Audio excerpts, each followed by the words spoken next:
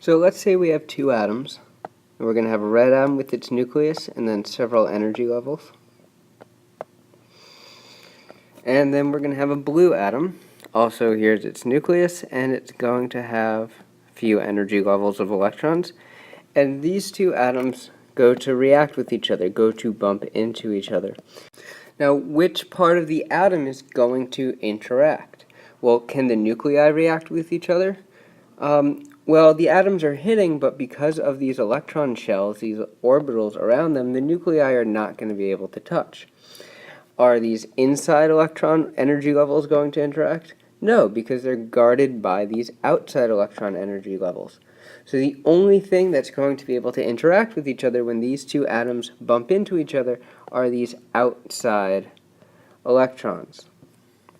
So the outside energy level here, the outermost energy level, is what's going to be important when two atoms react.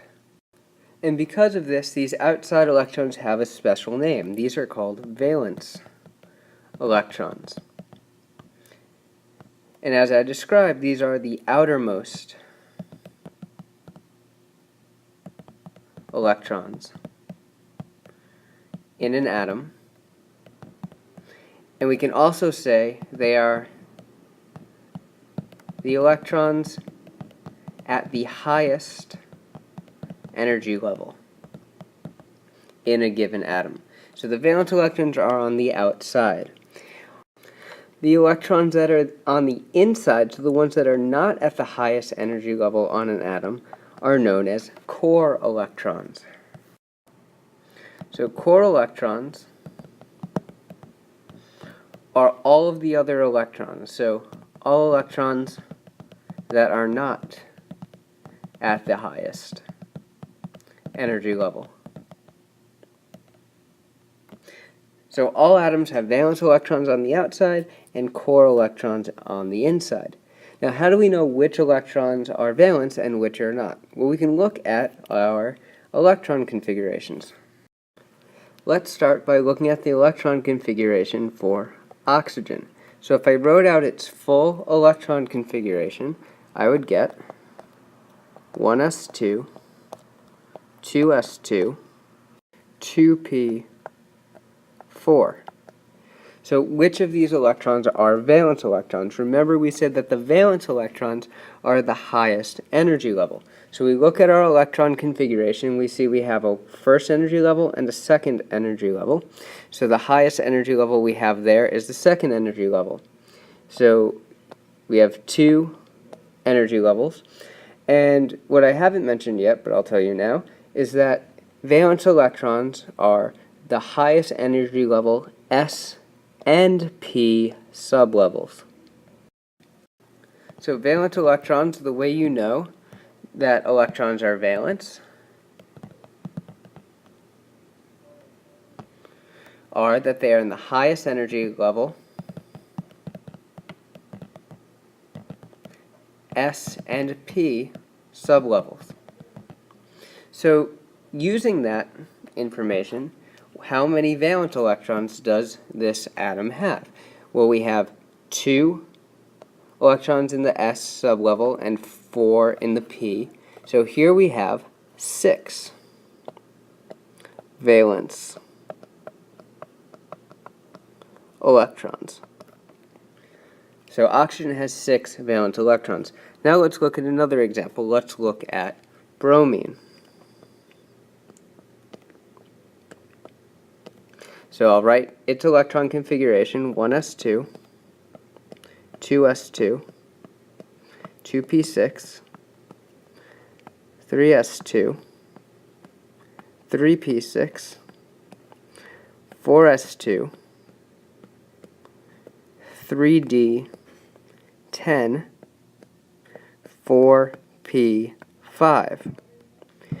So again, we need to figure out what are the valence electrons. So we have energy levels 1 to 4, so we'd say, well, what's the highest energy level? Well, the highest energy level is 4, and we have 4 S's and we have 4 P's. So we have 2 S electrons and we have 5 4p electrons for a total of 7 valence electrons. And let's look at one more, and let's pick sodium. So we'll do the electron structure for sodium. So we have Na, and the electron structure for sodium will be 1s2, 2s2, 2p6, 3s1. And again, we need to find the number of valence electrons. Well, the number of valence electrons is in the highest energy level, so 3 is our highest energy level. And we only have the s sublevel this time, and we have 1 electron, so we have 1 valence electron.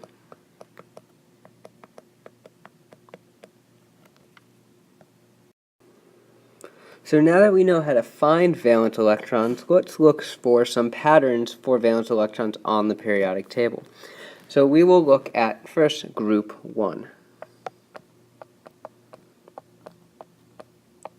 So the group 1 elements is the first column of the periodic table. We call these columns groups. So in group 1 we have first hydrogen, and we'll write its electron structure. So the electron structure for hydrogen is 1s1. And then the next one down in that group is lithium.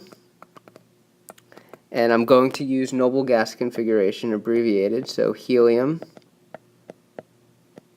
2s1.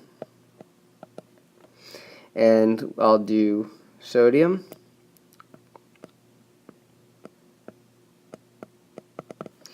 which again with noble gas will be neon 3s1, and I'll write potassium, which will be argon, and 4s1. Now what do you notice about all of these elements? They're all in the same group, and they all have in their highest energy level, so their highest energy level is actually the only one that's written here. That's kind of a nice thing with the abbreviated structure, that the highest energy levels are shown right here, and each one has 1 valence electron. So what that tells you is that every element in the first column of the periodic table has 1 valence electron. Well, if we continue this pattern, we would actually see that everyone in the second column would have 2 valence electrons. 3, 4, 5, 6, 7, and 8 valence electrons. Now you notice that I didn't count the ones in the middle. The reason for that is those elements end in Ds. For example, the electron structure for iron is going to be argon,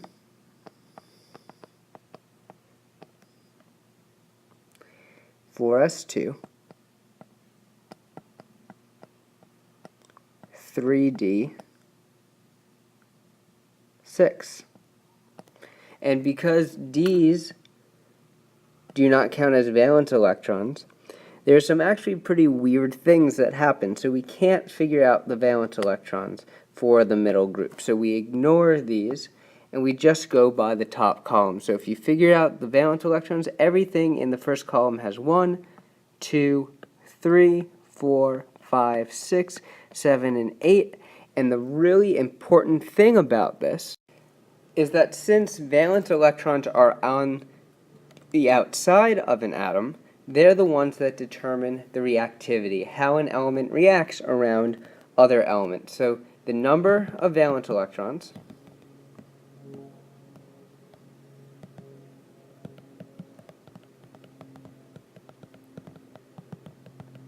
determines how the element reacts. And what this leads to is the idea that elements in the same group have similar chemical properties. So since we know that elements in the same column have the same number of valence electrons, and valence electrons determine reactivity since they are on the outside of the atom, then elements in the same group are going to react in very similar ways. Now at this point, I'm hoping that you're sitting in front of your computer screen or phone screen or whatever you're watching this on and yelling, "Wait, you screwed up. This can't be right. What you just said doesn't work." And you may and hopefully are looking at helium. Well, helium's in the last column. Helium, if we figure out its electron structure, is 1s2. Well, doesn't that only have 2 valence electrons? And I said everything in that last column has 8. Now, this is a very, very important thing to pick up. And the explanation for this is actually that both hydrogen and helium do not follow the normal valence rules because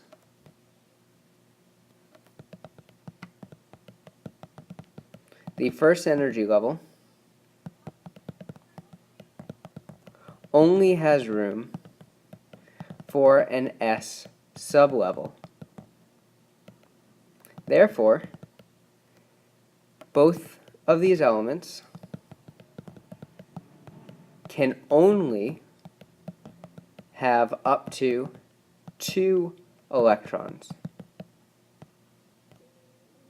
So hydrogen and helium are a big exception.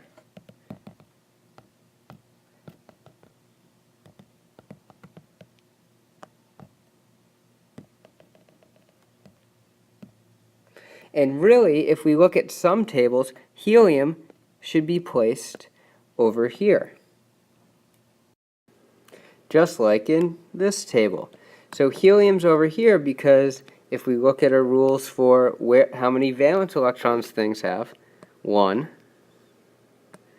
2, 3, 4, 5, 6, 7, and 8. Helium actually has 2 valence electrons just like all the other elements in this column. Now, why is it placed over here? We're going to answer that on the next video. So helium, even though it has 2 valence electrons, there's actually a very good reason for why it's placed all the way on the right side of the table.